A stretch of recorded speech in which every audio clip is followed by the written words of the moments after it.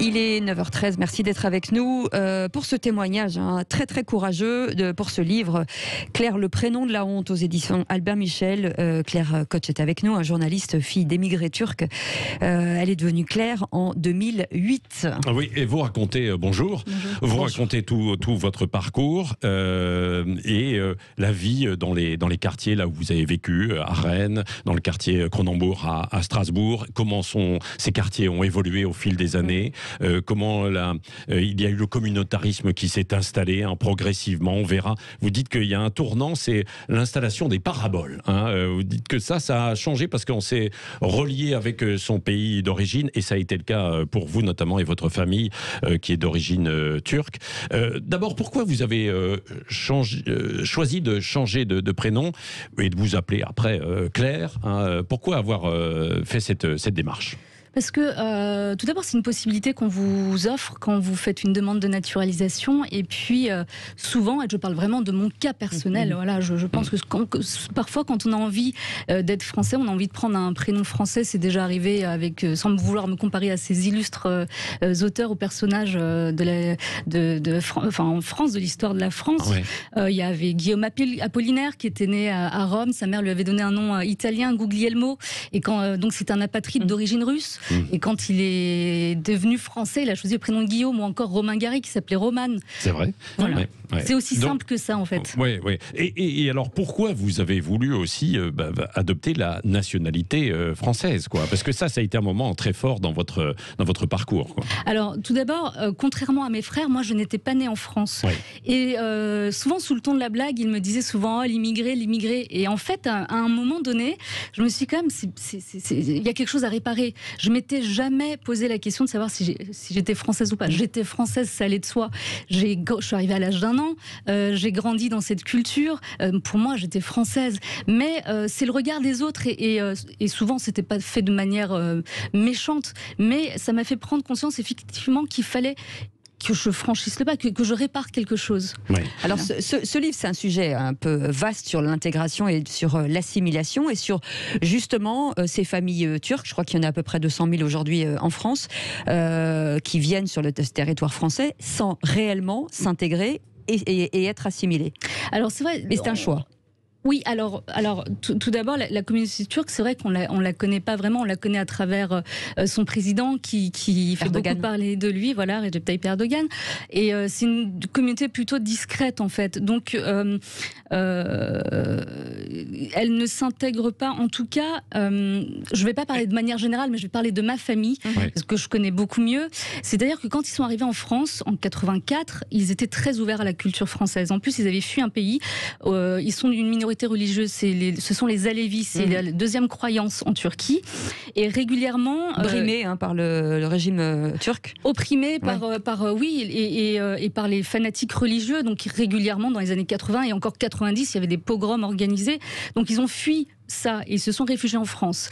Et ils étaient très ouverts à la culture française, sans arrière-connotation religieuse, mais on fêtait l'épiphanie, on allait à Noël allumer des cierges à l'église. Et en fait, ils avaient semé des petites graines comme ça. C'est cette ouverture que moi, petite, en tout cas, j'en étais très sensible. J'y étais très sensible. Et puis ensuite, la cité dans laquelle on habitait, c'est peu à peu dépeuplée des derniers Français d'origine. Et en fait, il y avait presque plus de références culturelles à la France, puisque les familles qui partaient étaient remplacées par d'autres familles immigrées, et il y avait de plus en plus de Turcs. Et encore une fois, c'est pas du tout une critique, mais ce que je veux dire, c'est que quand il y a beaucoup de Turcs, il y a plus besoin de parler. Ils ont plus besoin de parler français, ils ont plus le besoin, donc ils parlent turc entre eux. Et les commerces qui s'ouvrent, ce sont des commerces turcs. Et oui, ça fait un repli, d'autant plus que les associations d'aide aux immigrés qui s'occupaient de mes parents, que mes parents allaient consulter pour leur démarche administrative notamment, leur disaient mais attendez, vous avez été très mal accueillis, si on vous demande de faire des efforts, c'est que vous avez affaire à des racistes. Donc on les encourageait pas non plus dans leur désir d'intégration. Donc voilà, ils se sont repliés, la parabole est arrivée, Delon, Belmondo, tout ça s'était terminé. Oui, parce que vous étiez, c'est ce que vous racontez dans votre livre, vous étiez habitué à regarder le journal de 20h classique, les émissions, Anne Sinclair, voilà, c'est ça. Et là, du jour au lendemain, ça c'est au milieu des années 90, c'est ça? Ça bascule? Oui. Et vraiment, ça a marqué un coup d'arrêt dans leur apprentissage de la culture française et de la langue française. Donc, ils ne parlent, au bout de 30 ans, ça fait qu'ils parlent très peu français. Oui, c'est ça. Et puis le choix alors de changer de prénom et de prendre cette nationalité française a été mal accueilli par votre famille, mais aussi votre entourage. Absolument. Est-ce que ça vous a surpris déjà? Alors ma famille, je savais qu'ils étaient... tout d'abord, ils voulaient vraiment faire de moi une bonne fille turque, mais turque dans tous les aspects de sa vie. Il y avait déjà des petits signaux qui me faisaient dire qu'ils n'étaient pas très ouverts au fait l'émancipation. Absolument. Déjà, j'étais une fille, donc c'était très compliqué pour eux, contrairement à mes frères qui étaient beaucoup plus libres. Donc tout ça était très pesant, c'était vraiment très dur. D'ailleurs, vous le dites, vous étiez en cours aussi avec l'un de vos frères dans la même classe et qui vous empêchait de parler, qu'il était vraiment, il mettait une pression sur vous en cours. Oui, il se mêlait de tout, de mes amis, des garçons qui venaient me voir pour me dire salut, ils disaient attention, c'est ma sœur, faut pas lui parler. Donc c'était difficile. Et puis en classe, quand voilà, ça m'arrivait de bavarder un peu comme tout le monde.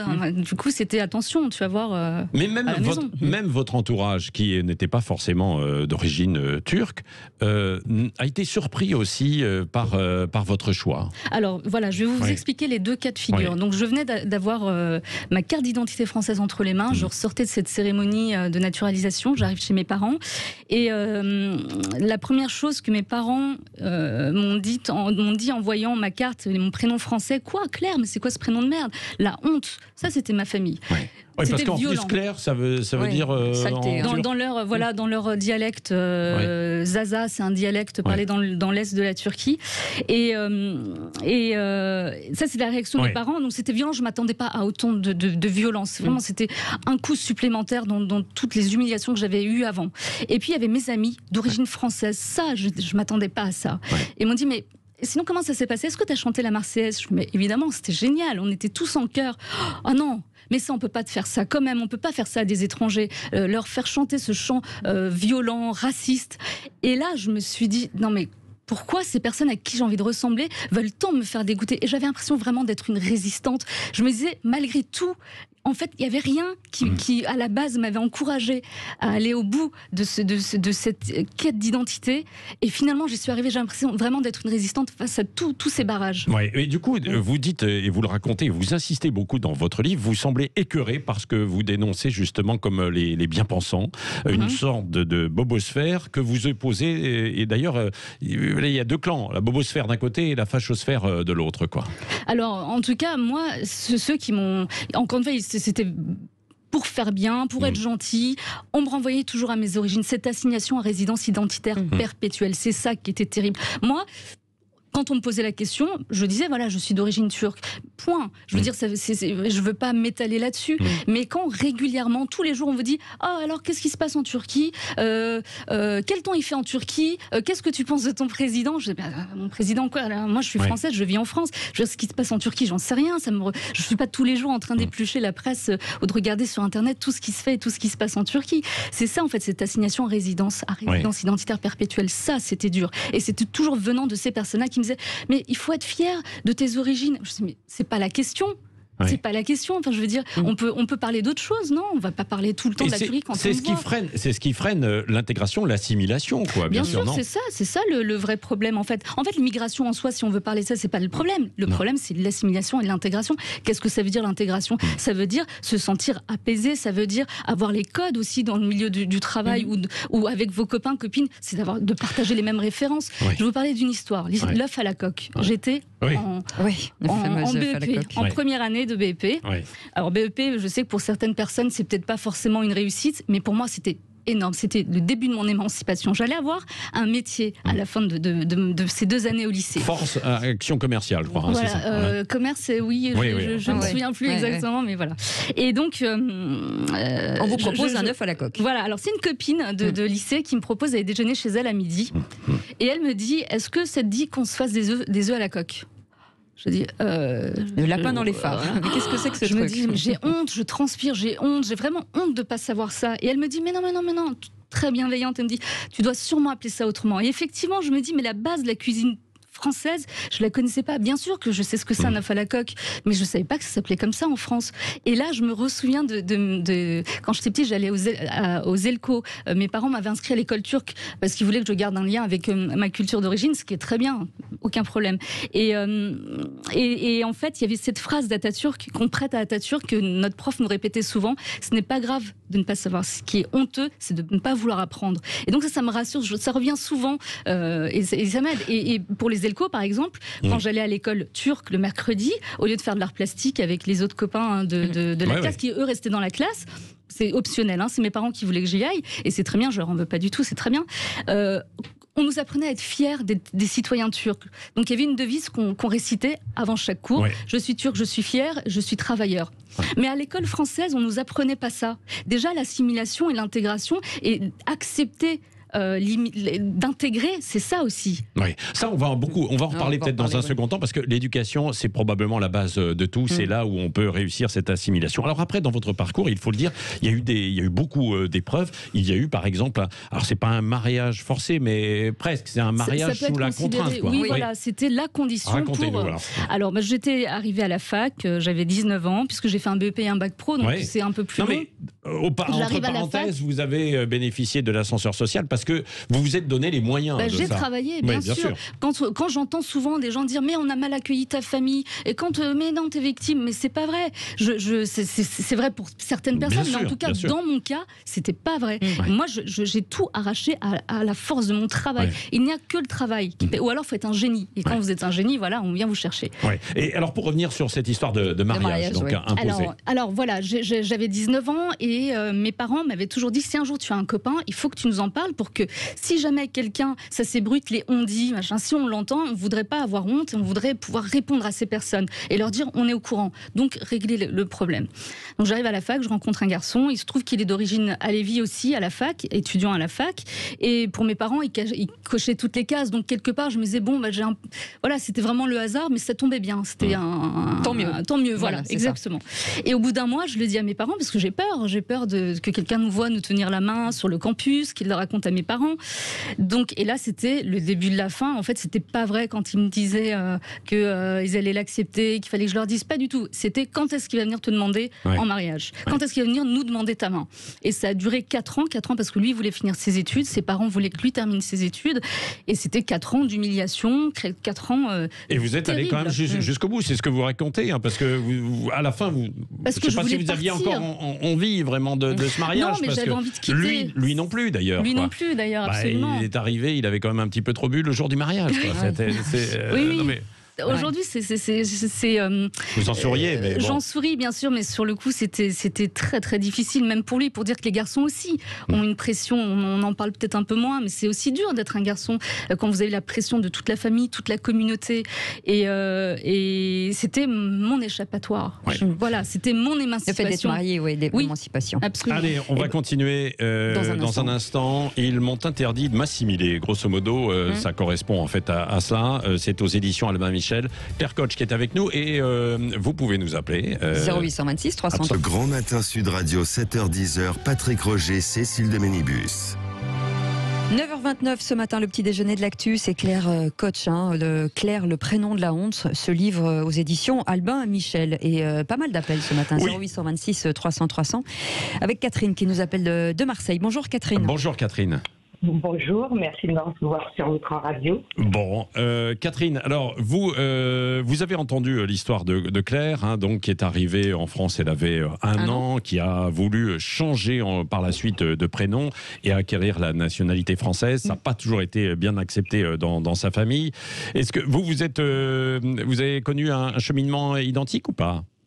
Non, pas du tout. Mais j'ai vécu 3 années en Turquie. Oui, d'accord. Mais on côtoyait surtout des milieux assez aisés, des ambassades, les militaires. Ouais. Donc là, j'ai été surprise parce qu'ils juraient tous par Atatürk. Ouais. Ils avaient, une éducation où ils avaient été dans des écoles françaises, ils parlaient très bien le français. Ils envoyaient leurs enfants en France également faire leurs études. Et j'ai côtoyé également la population turque, parce que quand je vais dans un pays, j'essaye de m'intégrer, de comprendre un petit peu comment ils vivent. Et j'ai eu à me rendre compte qu'il y a la culture, la coutume, la tradition et la religion qui est très très importante là-bas, avec également des mariages arrangés. Souvent, ils se marient entre cousins, cousines. Donc il y a beaucoup d'enfants qui sont handicapés, on va dire, par la consanguinité. Oui. Bon, peut-être un petit peu moins, ça c'était auparavant quand même, quoi, non? Mais... moi c'était en 97, donc je suis rentrée en 2000. Et j'ai ressenti, parce que j'ai gardé des amis là-bas, j'ai senti qu'il y avait un changement radical, où petit à petit on parle un petit peu moins de Atatürk et on revient à un côté plus nationaliste, avec une montée, de l'islam qui est beaucoup plus dure que moi ce que j'ai connu. Parce que je voyais des filles habillées comme en Europe, à Ankara, où moi j'habitais sur Ankara. Et j'ai entendu dire également qu'il y avait des crimes d'honneur, c'est-à-dire une fille qui avait accouché ou qui avait été déviergée, elle était chassée de la famille, ou alors c'était la famille qui se chargeait de la liquider, quoi.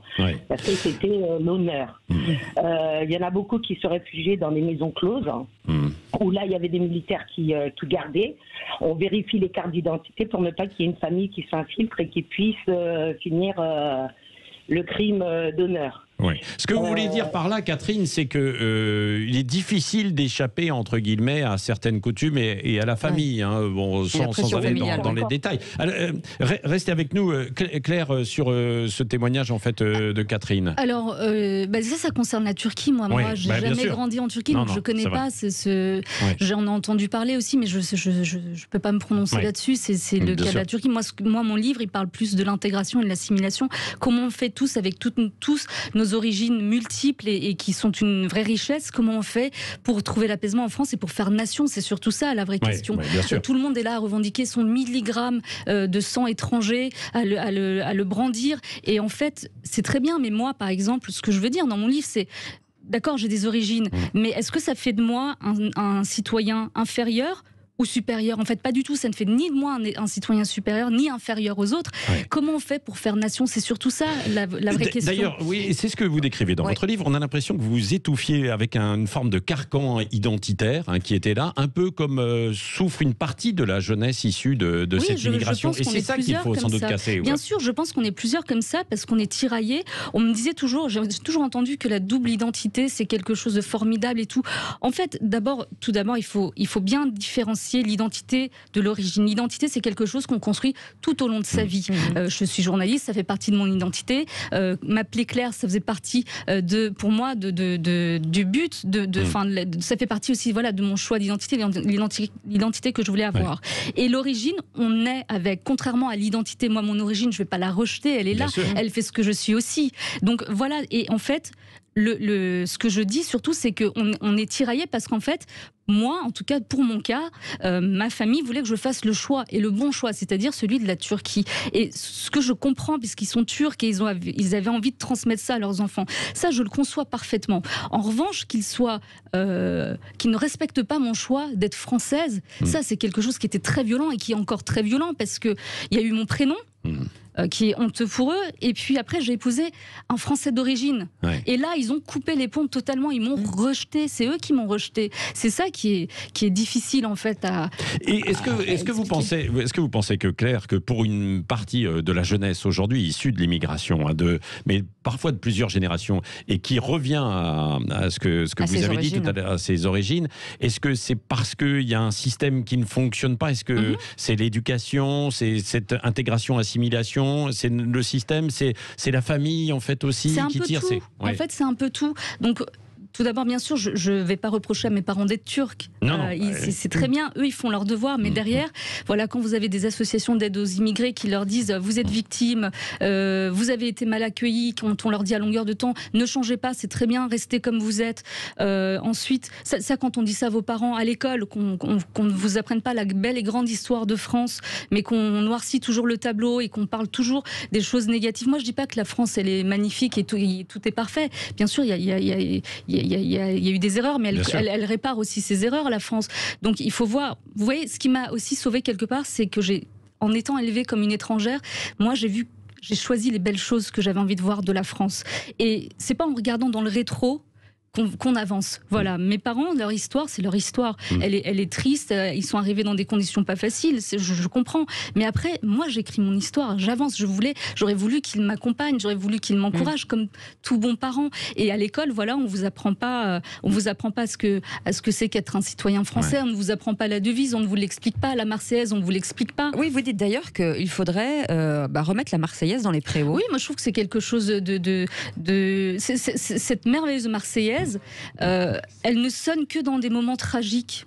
On ne l'entend que là, ou dans les stades de foot, et souvent pour les grands événements. Voilà. Pourquoi elle ne se reviendrait pas? Voilà, c'est une solution. Je ne sais pas si c'est la meilleure, mais en tout cas, moi je trouve que c'est génial. Moi, quand j'allais dans les Elcos, on chantait l'hymne national turc. En fait, ça rapprochait. Donc, c'est pas des mauvaises notions. En fait, c'est ça que je veux dire.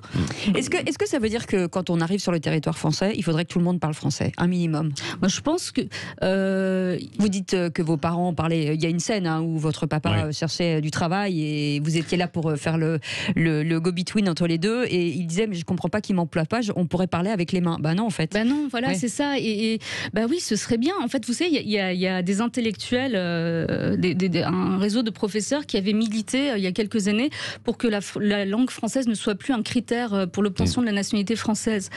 Ce que je comprends pas, c'est que je me dis mais waouh, donc on va construire un pays où personne ne parle la même langue.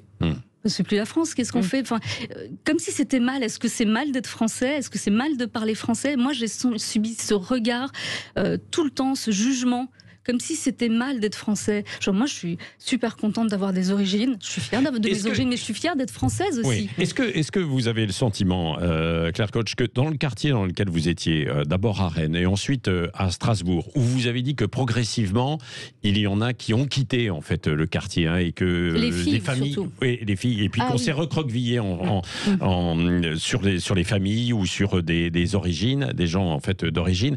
Est-ce que vous avez le sentiment que beaucoup en fait des jeunes quand même voudraient faire exploser en fait tout ça, et que ça viendra d'eux, de cette jeunesse? Moi je pense que effectivement je suis pas seule. Parce qu'elle est perdue un peu cette jeunesse. Je pense que je ne suis pas la seule à avoir subi tout ça, et je reçois des témoignages de jeunes issus de l'immigration qui disent j'ai été confrontée à la même chose. Ça me fait plaisir de voir que je suis pas seule. Je pensais que j'étais tout seul ou toute seule. J'ai eu des garçons et des filles.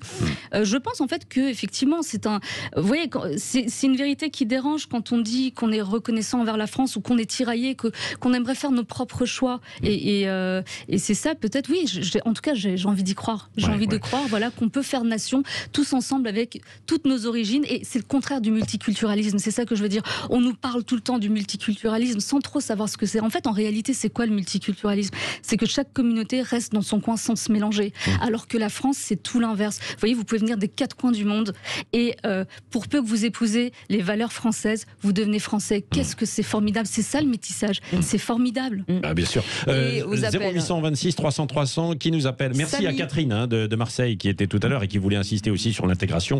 Évidemment, la question de l'éducation est centrale. Et primordiale. Bien sûr, Samy est avec nous. Bonjour Samy. Bonjour Samy.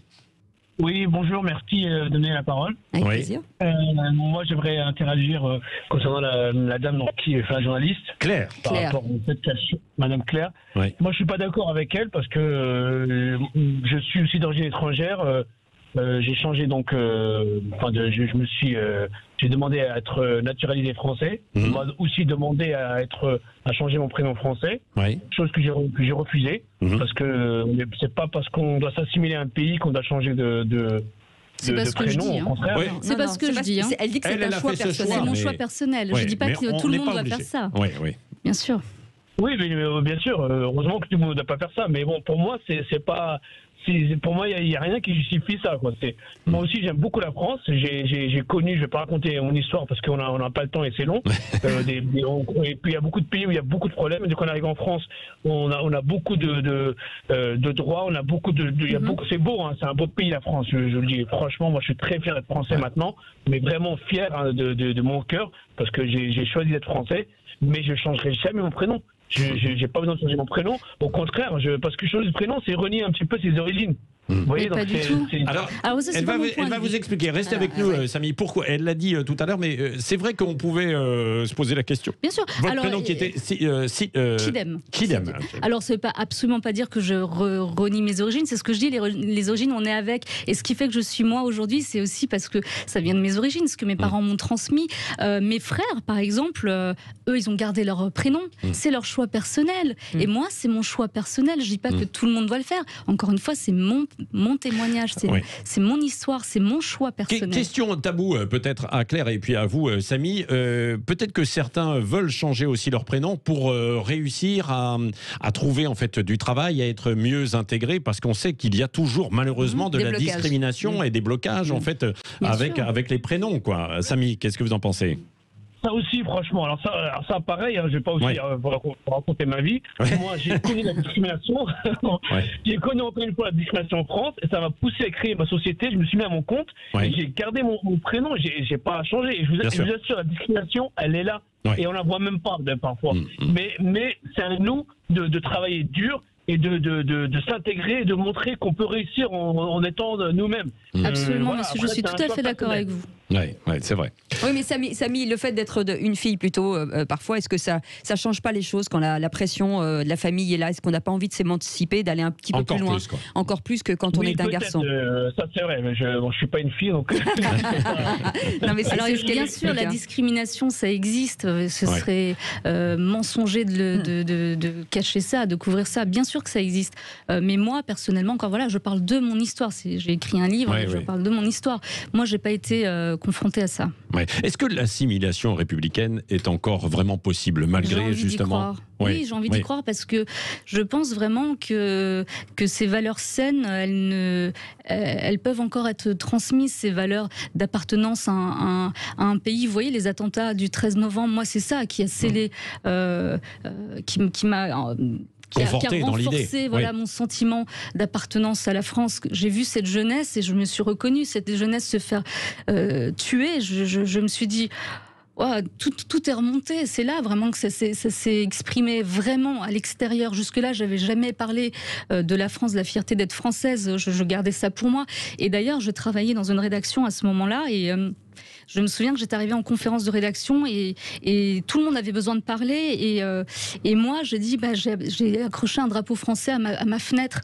Vous voyez, ça m'émeut encore. Et la réaction que j'ai eue de la part d'une personne de l'équipe, c'est mais arrête avec ça. Ah non, c'est pas un bon sentiment, la fierté d'être français. Fierté d'être français de quoi? Je me suis dit, mais même dans ces moments-là, mais il n'y a pas d'unité nationale. Non. C'est quand même incroyable. Par exemple, moi, je compare toujours à la Turquie, que j'aime, mais il y a un sentiment incroyable. Ils sont fiers. Et aujourd'hui, vous voyez, il faut comprendre ça aussi. Si aujourd'hui, il y a une partie des Turcs, des citoyens turcs, qui admirent leur président, c'est parce qu'il les rend fiers. Et ça, si on n'a pas compris ça, on n'a pas compris la situation. Donc, malgré cette fracture, on terminera là-dessus et sur une note d'optimiste, parce que votre livre est très dur, honnêtement, effectivement, sur la situation. Mais non, mais c'est sur la vie, bien sûr. Non, mais bien sûr. Mais il y a quand même, ce qui est assez remarquable, c'est que vous restez optimiste dans les dernières pages. D'abord, c'est un livre, c'est un témoignage d'amour à la France et d'amour à cette jeunesse qui a tout pour construire un pays. Tous ensemble. Donc en fait, c'est ça surtout le message de ce livre. Et le message, c'est de se dire que ça se joue aussi en ce moment, peut-être. Absolument, et j'y crois vraiment. Et surtout, ce que je voulais dire aussi à travers ce livre, c'est comment est-il possible de grandir en France ou de naître pour certains, donc d'être français, dès la naissance, et d'être élevés comme des étrangers dans leur propre pays. Merci Claire Koch. Claire, le prénom de la honte, ils m'ont interdit de m'assimiler, aux éditions Albin Michel. C'est touchant, poignant, bouleversant, et vous gardez en fait, ça c'est remarquable, l'optimisme justement pour l'avenir, et on a heureusement besoin de croire en fait aussi